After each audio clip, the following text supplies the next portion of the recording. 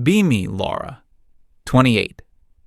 I work in social media marketing, and I'd like to think I'm pretty aware of the world. I'm a feminist. Not the 90s kind, but the kind that understands systemic power structures. My whole life, I've been told that marriage is a partnership, a beautiful union. I see it for what it is. The oldest patriarchal institution, designed to benefit men while extracting unpaid labor from women. My friends complain about their boyfriends and husbands, but they don't see the big picture. They think their problems are individual, not systemic. I decided I needed to do more than just tweet about it. I needed to document it from the inside, a kind of field study, you could say. My subject, Mark. My husband of 2 years. He's the perfect specimen. 32, a software engineer. He's what society calls a good guy, which is exactly how the system works. It masks privilege with politeness. When we met, he already had his own apartment. Bought it himself a few years before we even knew each other. He had a decent car, a stable career path, and savings. People would say he was responsible. I saw a man who got a head start from a system built for him. My mission was clear. Live my life, but keep a record. Note down every single instance where the institution of marriage served him, propped him up, and left me carrying the invisible load. I was ready to prove my thesis. The project began on a quiet Tuesday evening, I think. It was a few months ago. We both got home from work around the same time. I dropped my bag, kicked off my shoes, and felt the day's stress weighing on me. He did the same, but then he drifted over to the couch and picked up a video game controller. He said he just needed 30 minutes to decompress from a stressful day of coding. I stood in the kitchen, looking at the empty fridge. The first piece of data for my log. We both had stressful days. We were both tired. But society had granted him a decompression period, while I was immediately faced with the mental load of what we were going to eat for dinner. He wasn't malicious. That's the insidious part. He just didn't see it. He was a fish swimming in patriarchal water. He didn't know he was wet. I ended up ordering takeout. When he asked what I wanted, I just told him to decide. He happily ordered pizza. I made a mental note. He was even outsourcing the labor of choosing a meal to me, under the guise of being considerate. A week or so later, we hit the topic of finances. This was always a big one for me. Mark earns a fair bit more than I do. It's the wage gap in action, right in my own home. He's always been the one to pay the mortgage on his apartment. He handles the utilities, the internet, the car insurance. He calls it covering the big stuff. I usually handle groceries, household supplies, planning our dates, buying gifts for his family. On paper, it looks like he's contributing more. But I see the truth. He's paying for his own assets. His mortgage is building his equity. His car is in his name. My financial contributions are ephemeral. They get used up, eaten, or thrown away. I'm pouring my money into the day-to-day maintenance of his life. That evening, he came to me with an idea. He suggested we open a joint savings account. He said we could both put a percentage of our paychecks into it for future goals, like a big vacation or maybe a down payment on a bigger place one day. It was presented as a smart, collaborative financial move. I saw it as a trap. It was a way to absorb my income into his financial sphere, a way to get me to start contributing to his assets directly. I told him I needed to keep my finances separate for my own sense of independence. He looked a little confused, maybe even hurt. He said something like, "Okay, I just thought it would be a good way for us to work together." He dropped it, but I knew what I had just avoided. It was a classic move to create financial dependency. I texted my friend Jessica about it later. She's on the same wavelength as me. Her reply came back almost instantly. "Total red flag. He's trying to control you." I knew it. The emotional labor became the most frequent entry in my notes. It's the kind of work no one sees. It was my job to remember his mother's birthday and buy a card. It was my job to notice we were low on paper towels. It was my job to schedule our dentist appointments. One Saturday, I asked him to take out the trash and recycling. He said, "Sure, in a minute," and went back to reading something on his phone. An hour later, it was still there. I had to ask him again. He did it immediately, with a quick apology. But that wasn't the point. The point was that I had to expend mental energy, not only to identify the task, but also to manage him to completion. I was his project manager, an unpaid one. Later that day, he cleaned the entire kitchen without me asking. He scrubbed the counters, mopped the floor, everything. He looked so proud of himself, like he deserved a medal. He said he wanted to do his part. I thanked him, of course, but what I saw was a man who performed a visible, praiseworthy task once a month, while my daily, invisible work went completely unnoticed. His contribution was an event. Mine was the atmosphere. We had some of his friends over for a game night. This was a goldmine of observations. The conversation naturally flowed to their work. They were all in tech. They talked about programming languages, new hardware, and problems at their jobs. Mark was in his element. He was treated as an expert, an authority. Someone asked me what I did. I told them I was a social media marketing manager. They just nodded. "Oh, cool. So you do, like, Instagram for companies?" My complex job, which involves strategy, analytics, and content creation, was reduced to doing Instagram. No one asked any follow-up questions. The conversation immediately went back to tech. I felt like an accessory in my own home. I was Mark's wife, a supporting character in his story. Later, one of his friends, the loud one, the one who always felt like a walking stereotype of toxic masculinity, saw Mark loading the dishwasher. He laughed and said, "Dude, she's got you so well trained." Mark just rolled his eyes and laughed it off. But I didn't. I heard the subtext. Domestic work is women's work. A man doing it is a sign of weakness, of being trained. The entire social structure was present in that one stupid joke, and my husband was complicit in it through his silence. The vacation incident was a big one. It felt like a turning point. I'd been feeling burnt out for a while. Juggling my job and the unacknowledged second shift at home was exhausting. I mentioned I wanted to go somewhere, maybe to a beach resort, just to lie down and do nothing for a week. Mark saw how tired I was. He was sweet about it, telling me I deserved a break. About 2 weeks later, he came home with a huge smile on his face. He told me to pack my bags. He had a surprise for me. He'd booked a week-long trip for us, a beautiful rustic cabin in the mountains. He had planned everything: hikes, a nice dinner at a lodge, even a little town to explore. He was so excited. He thought he'd done this amazing romantic thing, and all I could feel was a cold wave of resentment. I had specifically mentioned a beach, a place to rest. He had planned an active, hiking-focused trip to the mountains, his ideal vacation. He hadn't asked me. He hadn't collaborated with me. He had made a unilateral decision about my time, my energy, and my relaxation. This wasn't a gift. It was an act of control. It was him demonstrating that he was the one who made the big decisions in our lives. I put on a smile and told him it was wonderful. What else could I do?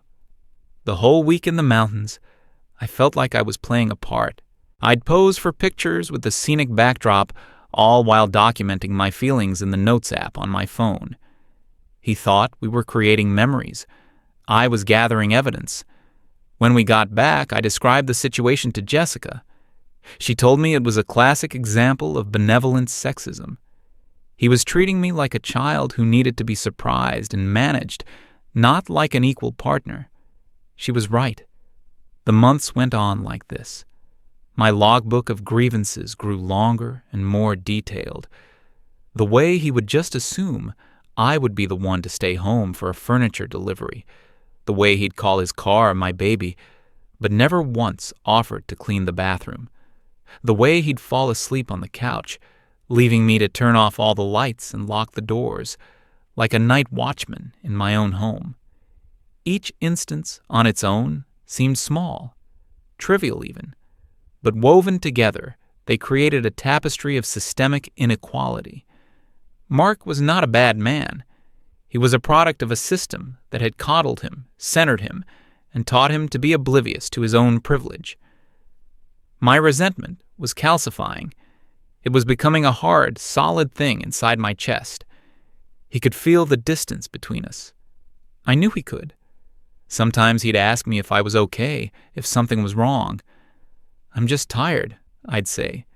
It wasn't a lie. I was tired of everything. The breaking point came in the fall. It was a Thursday. Mark came home from work, radiating excitement. He practically bounced through the door. He told me he'd gotten it, the promotion he'd been working towards for over a year. It came with a huge raise, a new title, more responsibility. He picked me up and spun me around. He was ecstatic. He started talking about the future. "Now we can really start saving," he said. "This changes everything." I felt nothing, just a cold, clinical clarity. I saw exactly what this meant. More responsibility for him at work meant less availability from him at home. A bigger salary for him meant an even wider financial gap between us, increasing his power and my dependency. He saw this as a victory for us. I saw it as the final brick in the wall of my patriarchal prison. He was celebrating a promotion that would be built on the back of my increased unpaid labor. He was talking about a fancy dinner to celebrate. I stood there, looking at this happy, clueless man, and I knew my research was complete. "I can't do this anymore, Mark," I said. The smile vanished from his face. He put me down slowly. "Do what? What are you talking about?" He had no idea. Of course he didn't. He had never seen the bars of the cage. He just stood there in the middle of the living room, completely baffled. "Can't do what, Laura? Celebrate my promotion? I don't understand." The naivety was almost stunning. It was like trying to explain color to someone born blind. "This," I said, making a vague gesture to the apartment, to us. "This arrangement, this entire system, it's not working for me." I tried to explain it. I used the terms I had been documenting for months: emotional labor, the mental load, the invisible second shift. I told him how I felt like a manager in my own home, how his career was being built on a foundation of my free work. He just kept shaking his head, a look of genuine hurt and confusion on his face. "I thought we were a team," he said. "I do things around the house. I cook sometimes. I do the dishes." He started listing tasks, like a child presenting a report card to a parent. He'd taken out the recycling last week. He'd fixed the leaky faucet a month ago. He was seeing individual trees and was completely missing the forest. He couldn't grasp the concept of a systemic imbalance. He only saw his own good intentions. That's the most dangerous part of privilege. It convinces you that your intentions are all that matter. The conversation went in circles for what felt like hours. He was defensive. I was clinical. He asked if I was unhappy. I told him I was enlightened. He asked if there was someone else. The ultimate male ego response. He couldn't fathom that the problem was the structure, not a competing man. The conversation ended with me telling him I needed space. I was going to stay with Jessica for a few days to think. He looked crushed. "Don't go," he said. "We can fix this. Whatever it is, we can fix it." But you can't fix something that isn't broken. From his perspective, the system was working perfectly. That was the whole problem. MFW. I walk out the door, feeling a sense of clarity I hadn't felt in years. I spent the next few days at Jessica's apartment. It was like a strategy session. She validated everything I was feeling. She had seen it all with her ex. She called his cluelessness weaponized incompetence. He wasn't stupid. The system incentivized him to be ignorant. We talked about my options. The idea of going back felt impossible. It would mean erasing my findings, agreeing to live in the dark again. Jessica was the one who first said the word divorce. I had been thinking it, but hearing it out loud made it real. It wasn't about a failed marriage. It was about liberating myself from an oppressive system. Jessica recommended a lawyer, a woman, obviously, someone who gets it. I made the appointment. This wasn't an emotional decision anymore. It was a tactical one. Meeting the lawyer was empowering. She was sharp, professional, and didn't waste time with sentimentality. I explained my situation. I didn't frame it as a personal grievance. I framed it as a case of accumulated, unpaid domestic and emotional labor contributing to the growth of shared marital assets. The lawyer just nodded. She'd heard versions of this story 1,000 times. She pulled out a notepad and started talking about the law. She explained that even though Mark owned the apartment before we were married, any increase in its value during our marriage was considered a marital asset. The same went for his retirement accounts, his savings, anything that had grown in value while we were married. My contributions, managing the household, creating a stable environment that allowed him to focus on his high-earning career, were legally recognized as contributions to that growth. It was everything I had been theorizing, but now it had a legal framework. My invisible work was about to become very, very visible on a balance sheet. I left her office feeling like I had a solid plan, a path to reclamation. Mark had been texting me the whole time, pleading messages, confused messages, angry messages. He wanted to go to therapy. He wanted to talk. He wanted me to just come home so we could figure it out. I finally agreed to meet him at a neutral location, a coffee shop. He looked terrible. He hadn't been sleeping. He told me he loved me. He said he was willing to do anything. He'd make a chore chart. We could hire a cleaner. He was offering superficial fixes to a systemic problem, like putting a Band-Aid on a gaping wound. I told him my decision was made. I was filing for divorce. The word hit him like a physical blow. He actually recoiled. He started asking why, over and over. I just don't understand what I did wrong. It's not what you did, I explained, for what felt like the 100th time. It's what the system does through you. You benefit from it, whether you mean to or not. He didn't get it. He just kept saying, "But I love you," as if love negated the patriarchal power imbalance. In fact, it's often the tool used to enforce it. The conversation was useless. We were speaking two different languages. I left him sitting there.